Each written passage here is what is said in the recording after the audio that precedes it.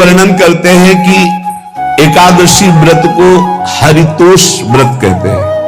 भगवान की प्रसन्नता के लिए, हरिजू की प्रसन्नता के लिए एकादशी व्रत रहा जाता है। प्रायः समस्त वैष्णवजन रहते हैं। जो रसिक जन प्रियाजू के चरणों के अनन्य हैं, उनका एक ही व्रत है, श्यामा श्याम की 8 पहर उपासना करते हुए अपने मन वृत्ति को श्यामा श्याम में समर्पित करना।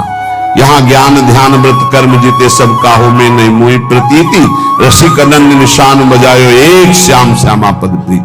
पर जो एकादशी व्रत रहते हैं परम धन्य है, वो हरितोष व्रत है। अब एकादशी व्रत का नियम क्या है और कैसे एकादशी व्रत का फल मिलता है, कई बार चर्चा हुई।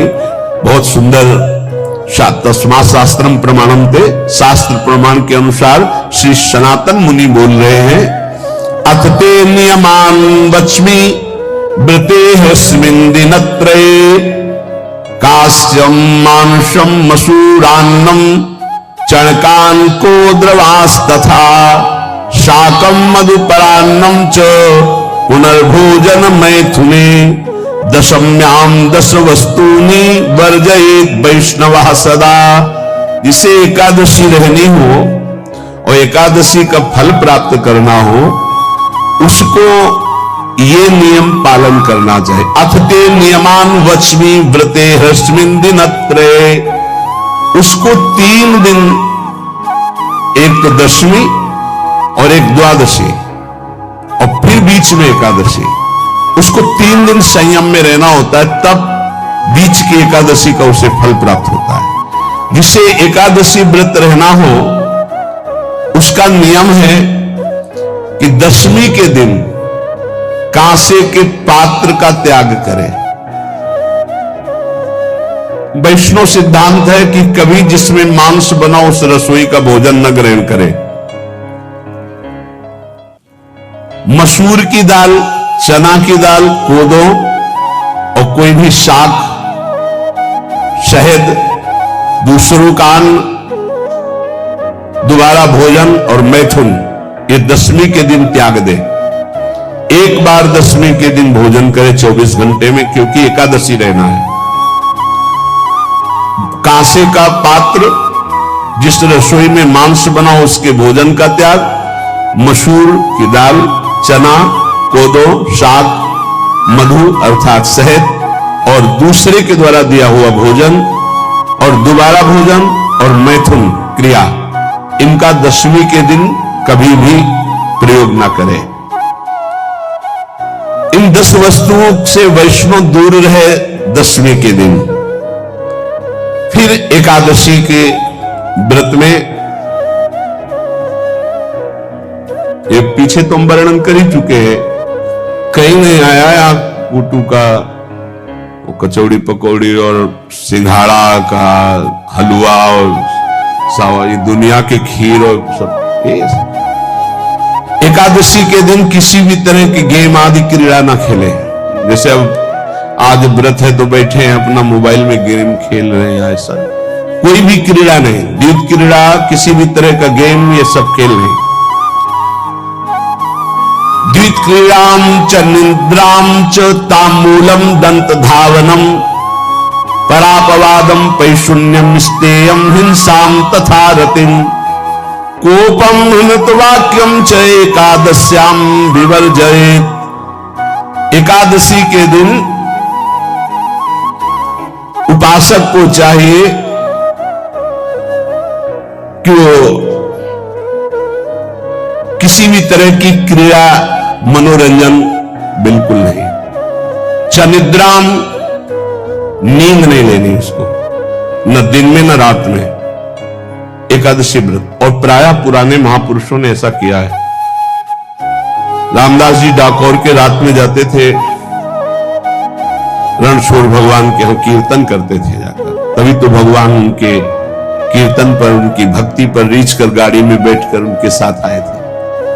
पूरी रात जगकर कीर्तन करना, दिन में तो सोना ही निषेध है। द्वित क्रीड़ाम च निद्राम च ताम्बूलम, पान खाना निषेध है। एकादशी को बिल्कुल नहीं। जो व्रत रह रहे हैं। दंत धावनम, वृक्ष से तोड़कर जो दतून की जाती है एकादशी के दिन है। परापवादम, दूसरे की निंदा करना, चर्चा करना नहीं, अर्थात अधिकतर मौन व्रत धारण करे एकादशी के दिन। पैशून्यम, चुगली करना। स्तेयम, कोई चोरी करना। हिंसाम, वाणी से, शरीर से, मन से किसी को दुख पहुंचाना। रतिम, अर्थात भोग करना, मैथुन करना। कोपम, किसी के ऊपर गुस्सा करना। अनत वाक्यम, झूठ बोलना। एकादश्याम विवर्जयेत, एकादशी के दिन ये नहीं करना चाहिए। एकादशी को एक बार कुछ फलाहार शुद्ध, अगर आपके पास कोई व्यवस्था नहीं तो थोड़ा दूध है, जल है, ऐसे आप लेकर, या थोड़ा सा फल ले लिया, थोड़ा सा फल लेकर के प्राण पोषण, एक दिन में मर नहीं जाओगे। कितने तो निर्जला एकादशी रहते हैं, हर एकादशी निर्जला। पूज्य श्री मथुरा दास जी निर्जला ही रहते थे हर एकादशी। चलो भैया, आपकी सामर्थ्य नहीं तो जल 2-4 बार ले लो, एक बार थोड़ा सा दूध और फल ले लो, चल जाएगा काम, प्राणों का पोषण हो जाएगा। ये आचरण न करे, एक बार कुछ आहार ले ले, वो भी शुद्ध भगवद अर्पित प्रसाद। फिर द्वादशी को काश्यम, मांसम, सुराम, छौद्रम, तैलम, वितथ भाषणम, व्यायामम च प्रवासम च पुनर्भोजन मैथुने, अस्पृश्य स्पर्श मासूरे द्वादश्याम द्वादश त्यजेत। कांस के पात्र में द्वादशी को भी भोजन न पावे। जिस रसोई में मांस बनाओ उसमें आहार न ले। किसी भी तरह का नशा द्वादशी को न करे। शहद न पाए, तेल के बने पदार्थ न पाए, मिथ्या भाषण न करे और बहुत शरीर का व्यायाम न करे, बहुत थकावट वाले कार्य न करे। दोबारा भोजन न करे, एक बार द्वादशी को भी भोजन पवित्र। मैथुन न करे, जिसका स्पर्श नहीं किया जाता है ऐसे पदार्थों का स्पर्श न करे, और मसूर की दाल न खाए। द्वादशी को जो इन नियमों का पालन करता है, दशमी द्वादशी ऐसे और एकादशी ऐसे, तब उसे एकादशी व्रत का फल प्राप्त होता है। जो इस पद्धति से ये जो मनमानी, ये सब नहीं, हर पदार्थ मिल जाएगा आपको फलाहार में। हर पदार्थ हमको बताया गया कि आपको जो चाहो सब पदार्थ फलाहार का। अरे भाई, हरितोष व्रत है तो हरि प्रसन्नता के लिए एक दिन भूखे रहने बहुत आनंद आता है। भले भगवत कृपा से ऐसी गंगा जल पी करके कुछ दिन, फिर कभी कभी निर्जला एकादशी का भी आनंद। बड़े संन्यास मार्ग में थे तो बड़े संयम से सब शास्त्रीय पद्धतियों का निर्वाह होता था। उपासक को चाहिए कि इन नियमों से व्रत का अनुष्ठान करे, मनमानी आचरण न करे। सबसे प्रार्थना जो एकादशी रहते हो, हरितोष व्रत से कहते हैं, भगवान की प्रसन्नता के लिए रहा जाता है, रहना चाहिए। जो अपने आचार्य परंपरा में हैं, जैसे जिनका सिद्धांत है, पर रहने का सिद्धांत ये श्री सनत कुमार जी वर्णन, श्री सनक जी महाराज, ये सनत कुमार जी वर्णन की। सनक जी महाराज कह रहे हैं, यदि भगवान का आश्रय नहीं, सत्संग नहीं है, तो इन 4 में से एक हो तो नाश कर देता, फिर चारों हो तो सर्वनाश हो जाता है।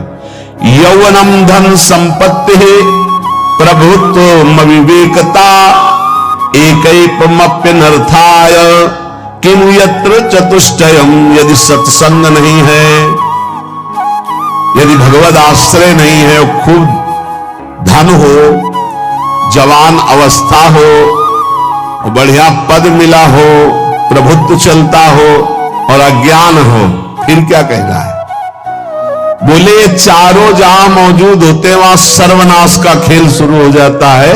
अगर इनमें से एक हो तो सर्वनाश करने में पर्याप्त है, और अगर चारों हो तो फिर क्या कहना है? यौवनम, जवान हो, धन संपत्ति, खूब रुपया पैसा हो, प्रभुत्व, कोई पद हो, कोई अधिकार हो बड़ा, फिर अविवेकता और अज्ञानी हो तो बोले एक नाश कर देगा, फिर चारों तो नाश ही कर देंगे। अगर सत्संगी है तो ये चारों महान कार्य कर देंगे। क्या यौवनम, जवान है, खुद दूसरों की सेवा, मेहनत पूर्वक धन संपत्ति कमाकर माता पिता की सेवा, परिवार की सेवा। ये माता पिता, हमारा वेद कहता है मातृ देवो भव, तैत्तरीयोपनिषद।